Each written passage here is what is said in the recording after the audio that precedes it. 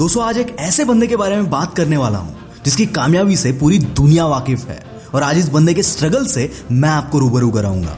कोई जिंदगी में कितनी मुसीबतों से गुजर सकता है, इस बात का ये बंदा जीता जागता एग्जाम्पल है। जी हाँ दोस्तों, मैं बात कर रहा हूं रैप गॉड एमिनेम की, जिनका असली नाम मार्शल ब्रूस मैथर्स है। दोस्तों कुछ लोगों का स्ट्रगल जवानी में आके शुरू होता है, तो कुछ लोगों के नसीब पे बचपन से ही मुसीबतों का राज होता है, और एमिनेम उन्हीं में से एक थे। जब उनका जन्म हुआ तब उनकी माँ केवल 17 साल की थी और उनके पिता उनके पैदा होने से पहले ही दुनिया से चल बसे थे। घर के हालात बदतर थे और इसी वजह से एमिनेम को एक साल में 2 से 3 बार अपना स्कूल तक चेंज करना पड़ा। बचपन में कभी भी एक स्कूल में ना रहने की वजह से उनके कभी दोस्त नहीं बने। वैसे तो उन्हें स्कूल जाना पसंद नहीं था और वो पढ़ाई में भी इतने कुछ खास नहीं थे, पर उन्हें इंग्लिश से बचपन से ही प्यार था। वो अपनी वोकैबुलरी का नॉलेज बढ़ाने के लिए खुद को डिक्शनरी में बिजी रखते थे। बाकी सब्जेक्ट्स में इनको कोई दिलचस्पी नहीं थी और इसी वजह से ये बंदा 9th क्लास में 3 बार फेल हो गया और आखिरकार स्कूल भी छोड़नी पड़ी। अब सवाल था खुद का पेट कैसे भरेंगे, और इसीलिए ये बंदा जो भी काम मिले वो करने लगा। जब एमिनेम अपने टीनेज में आए तभी उनका सामना रेसिज्म से हुआ। आगे जिस शहर में वो रहे वहां पर भी उनको रेसिज्म का सामना करना पड़ा।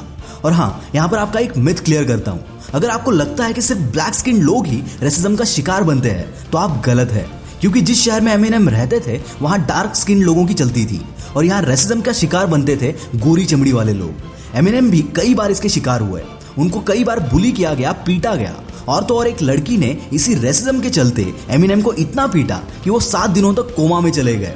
जब एमिनेम 9 साल के थे तब से उनको ये सब झेलना पड़ रहा था। उन्होंने एक बार एमिनेम का नाक भी फोड़ा था, और हद तो तब हो गई जब एमिनेम टॉयलेट यूज कर रहे थे तब उनको पीछे से बहुत मारा गया। इतना कि आगे के कुछ घंटों तक वो वहीं पर खून से लथपथ पड़े रहे।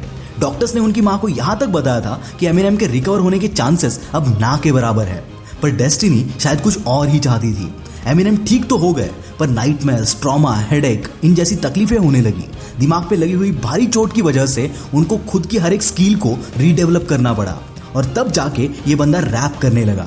एमिनेम पहला व्हाइट स्किन बंदा है जिसने रैपिंग करना शुरू किया। असल में हिप हॉप की शुरुआत 1970 में अमेरिका में हुई थी और रेसिज्म ही हिप हॉप पैदा होने का सबसे बड़ा कारण था। अफ्रीकन अमेरिकन और लैटिन अमेरिकन कम्युनिटी ने ही हिप हॉप चालू किया था।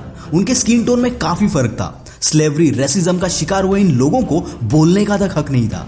तब इन लोगों ने खुद को एक्सप्रेस करने के लिए आर्ट का सहारा लिया और इससे हिप हॉप का जन्म हुआ, और रैपिंग इसी हिप हॉप का एक इंपॉर्टेंट एलिमेंट है। Okay, let's get back to the story. जब डार्क टोन लोगों को यह पता चला कि एमिनेम रैप करते हैं तब एमिनेम की मुश्किलें और बढ़ी। तब ब्लैक स्किन लोगों की सोच ये थी कि रैप करना सिर्फ उनका हक है, और इन्हीं मुश्किलों में उनके अंकल रॉनी हमेशा उनके साथ थे। उन्होंने ही एमिनेम को पहली बार रैप की सीडी दी थी। वो एमिनेम के लिए हमेशा एक मोटिवेशन रहे, पर आगे जाके उनके अंकल ने भी आत्महत्या कर ली। एमिनेम को इसका काफी सदमा पहुंचा, पर फिर भी इन्होंने अपना रैप करना नहीं छोड़ा। कई मुसीबतों और बड़ी मेहनत के बाद एमिनेम ने अपना फर्स्ट एल्बम इनफाइनाइट रिलीज किया, पर वो बुरी तरह से फ्लॉप हुआ, और दिक्कतें तब बढ़ी जब इन सब के चक्करों में उनका जॉब भी छूट गया। स्ट्रेस की वजह से इस बंदे ने सुसाइड करने तक की कोशिश की। दोस्तों यकीन मानिए, जिन्हें सारी दुनिया रैप गॉड के नाम से जानती है, मैं उन्हीं के बारे में बात कर रहा हूँ। 1997 में जब एमिनेम ने एक रैप कंपटीशन में हिस्सा लिया, उसमें उन्होंने 2nd पोजीशन हासिल कर ली। 1999 में फेमस आर्टिस्ट डॉक्टर ड्रे ने एमिनेम के काम से खुश होकर उनके साथ एक एल्बम बनाया जिसका नाम रखा गया द स्लिम शेडी, और तभी से एमिनेम का दौर शुरू हो गया। ऐसा कहा जाता है कि जब भी वो कोई रैप लिखते थे वो खुद को घंटों तक एक रूम में बंद कर लिया करते थे। इसके बाद कुछ ही दिनों में एमिनेम का रैप गॉड ये सॉन्ग आया, और इसके बाद तो इस बंदे ने कामयाबी को अपनी मुट्ठी में ही कर लिया।